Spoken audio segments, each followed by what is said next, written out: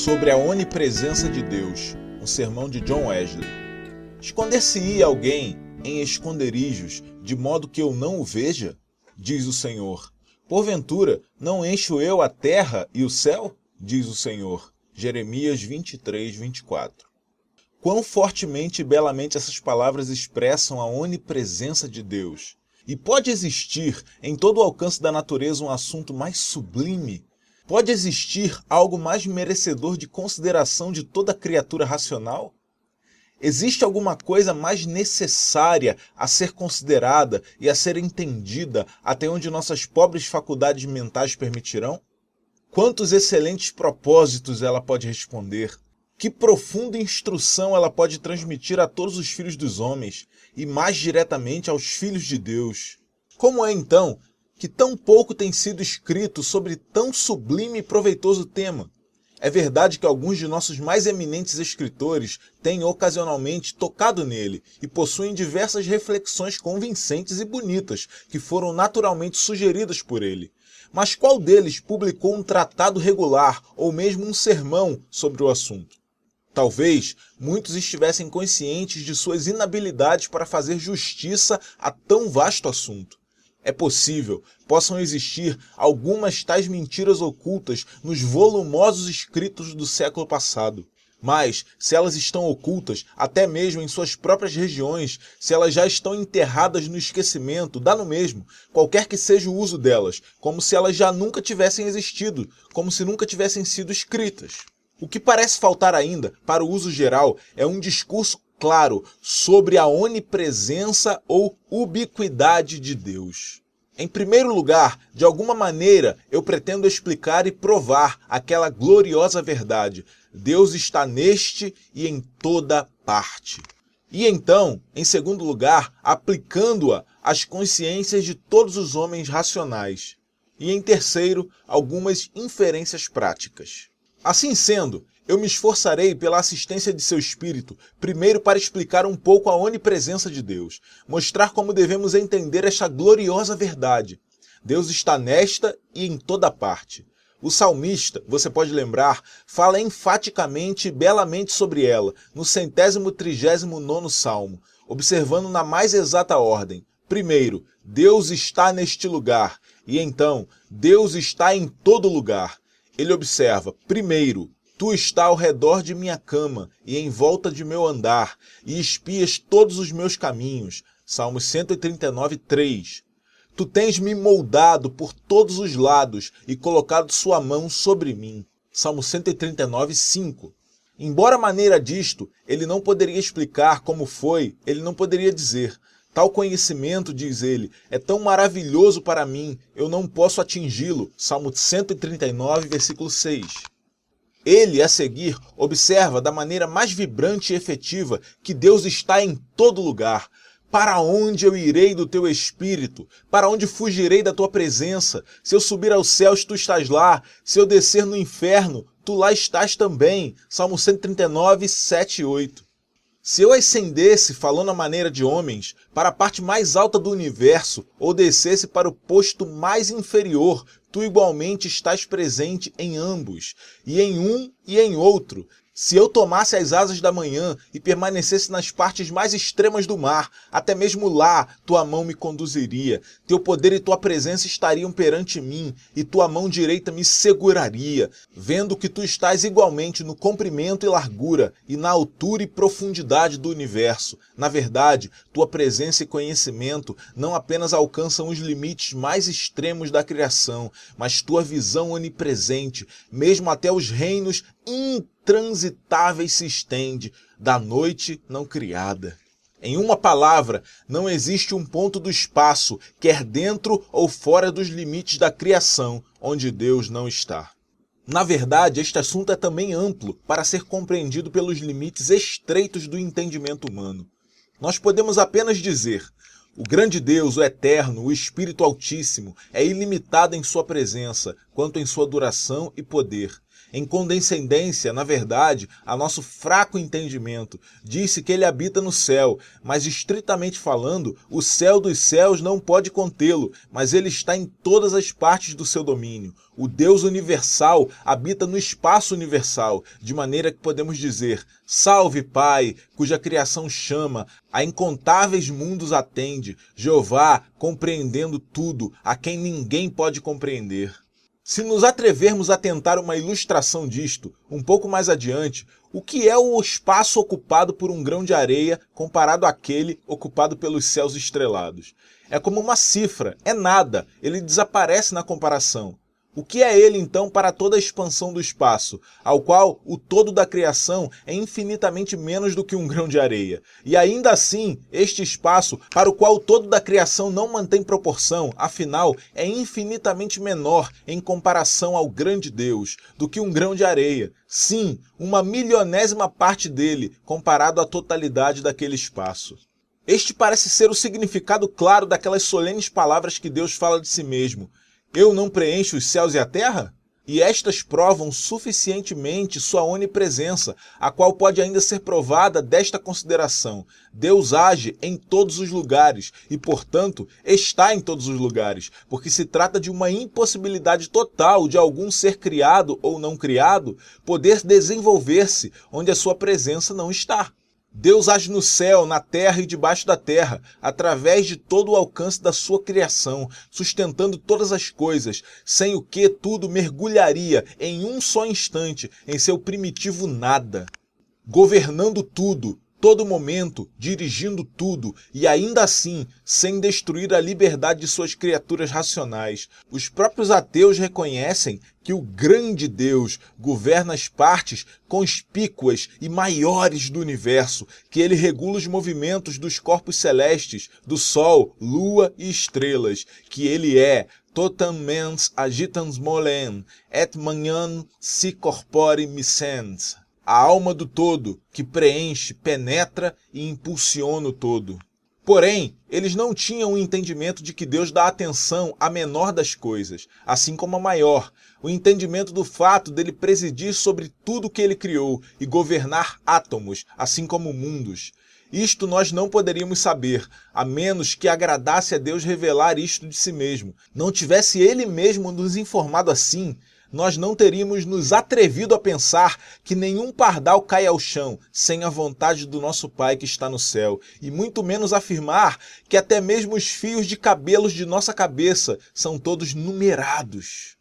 Esta confortável verdade de que Deus preenche céus e terra, nós aprendemos também no salmo acima citado. Se eu subir ao céu, tu estás lá. Se eu descer ao inferno, tu também estás. Se eu tomar as asas da manhã e permanecer nas partes mais extremas do mar, até mesmo lá a tua mão me guiará.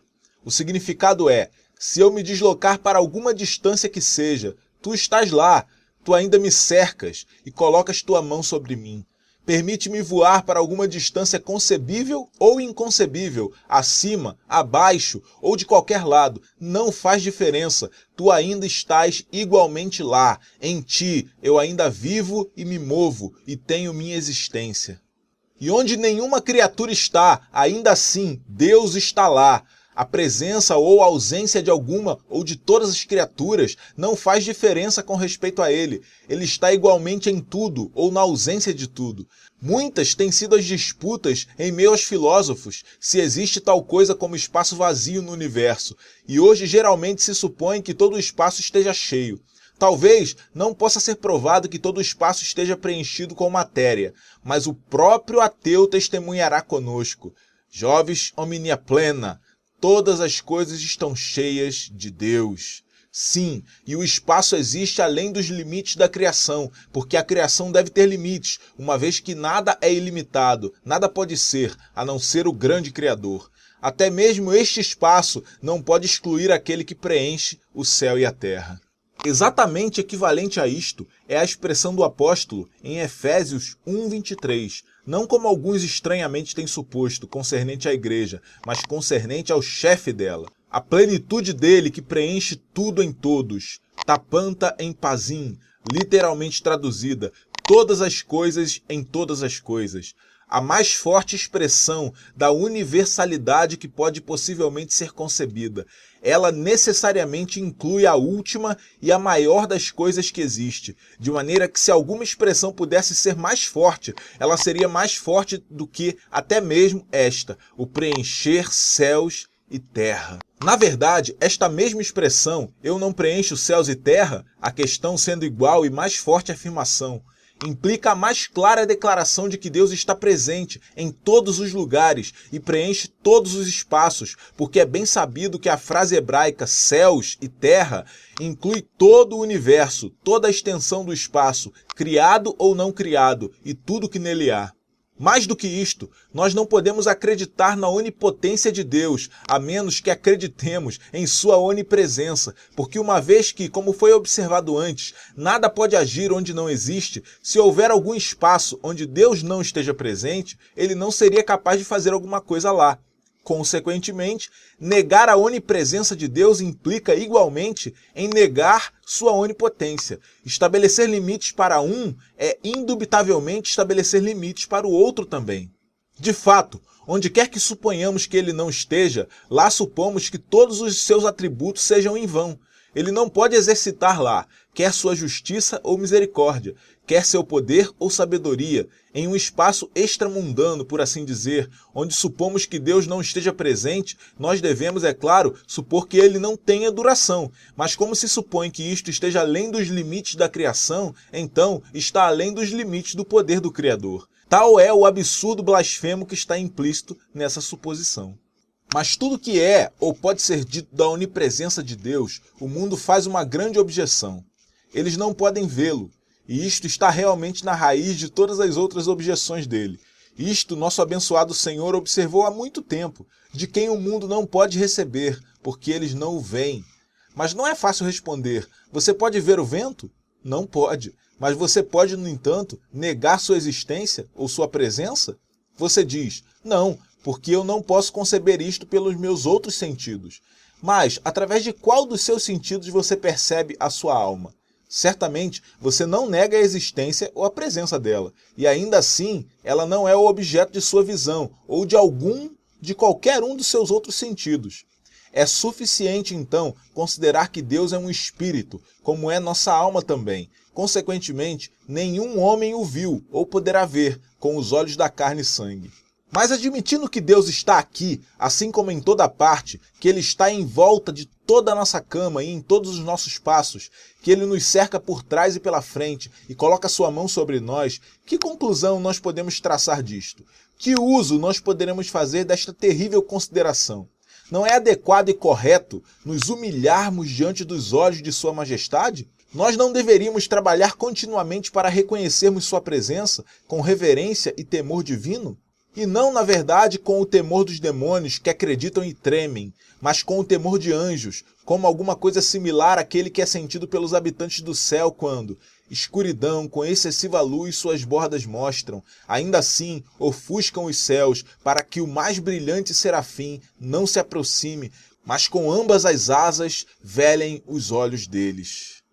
Em segundo lugar, se vocês acreditam que Deus está ao redor das suas camas e em seus passos e inspeciona todos os seus caminhos, então cuidem de não fazer a menor coisa, não falar a menor palavra, não favorecer o menor pensamento que vocês tenham razão para pensar que ofenderia a Ele.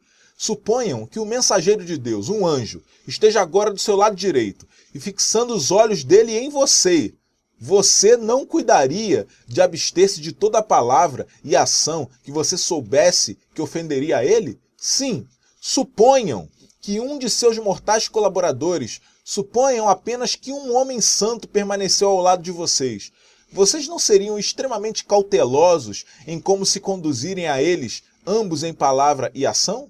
Quanto mais cuidadosos vocês deveriam ser quando vocês soubessem que não apenas um homem santo, não somente o anjo de Deus, mas o próprio Deus, o Espírito Santo, que habita a eternidade, está inspecionando os corações de vocês, suas línguas, suas mãos, todo o momento, e que Ele mesmo certamente trará vocês a julgamento por tudo que vocês pensam, falam e agem sob o sol.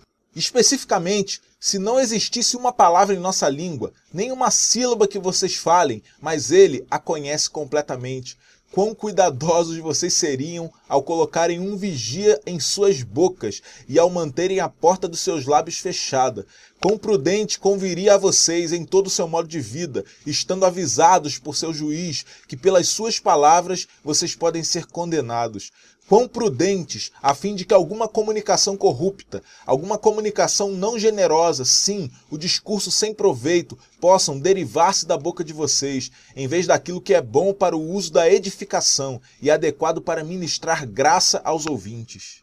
Sim, se Deus vê nossos corações, assim como nossas mãos, e em todos os lugares, se Ele entende nossos pensamentos, muito antes que eles se revistam de palavras, quão sinceramente deveremos urgir aquela petição: sonda-me, ó Senhor, e me prova, testa minhas afeições e meu coração, observa bem se existe alguma maldade em mim, e me conduz no caminho eterno. Sim, quão necessário é operar junto a Ele, o manter nossos corações com toda diligência, até que Ele subjugue as imaginações, as conjecturas diabólicas e tudo que exalta a si mesmo contra o conhecimento de Deus e traga cativo todo pensamento para a obediência a Cristo. Por outro lado, se vocês já estão inscritos sob os cuidados do grande capitão de sua salvação, e uma vez que vocês estão continuamente sob os olhos de seu capitão, quão zelosos e ativos vocês deverão ser para lutarem a boa luta da fé e se agarrarem firmes à vida eterna. Suportarem as provações como bons soldados de Cristo, usarem de toda diligência, lutarem a boa guerra e fazerem o que quer que seja aceitável aos olhos dele. Quão cuidadosos vocês deverão ser para terem todos os seus caminhos aprovados aos olhos dele, que tudo veem, para que ele possa dizer aos seus corações o que ele proclamará em voz alta na grande assembleia de homens e anjos: bravo, bons e fiéis servos. Com o objetivo de alcançarem estas gloriosas finalidades, não poupem esforços para conservarem sempre um sentido profundo, contínuo, vívido e alegre da graciosa presença de Deus. Nunca se esqueçam de sua palavra abrangente para o grande Pai do fiel: eu sou o Altíssimo, melhor, o Todo-Suficiente. Deus, caminhem perante mim e sejam perfeitos. Alegremente, esperem que Ele, diante de quem vocês permanecem, os guiará sempre, através dos olhos dele, os apoiará, através de sua mão guardiã, os livrará de todo mal, e quando vocês tiverem suportado por um tempo, Ele os fará perfeitos, os firmará, fortalecerá e os assentará, e então os preservará imaculados até a vinda do nosso Senhor Jesus Cristo.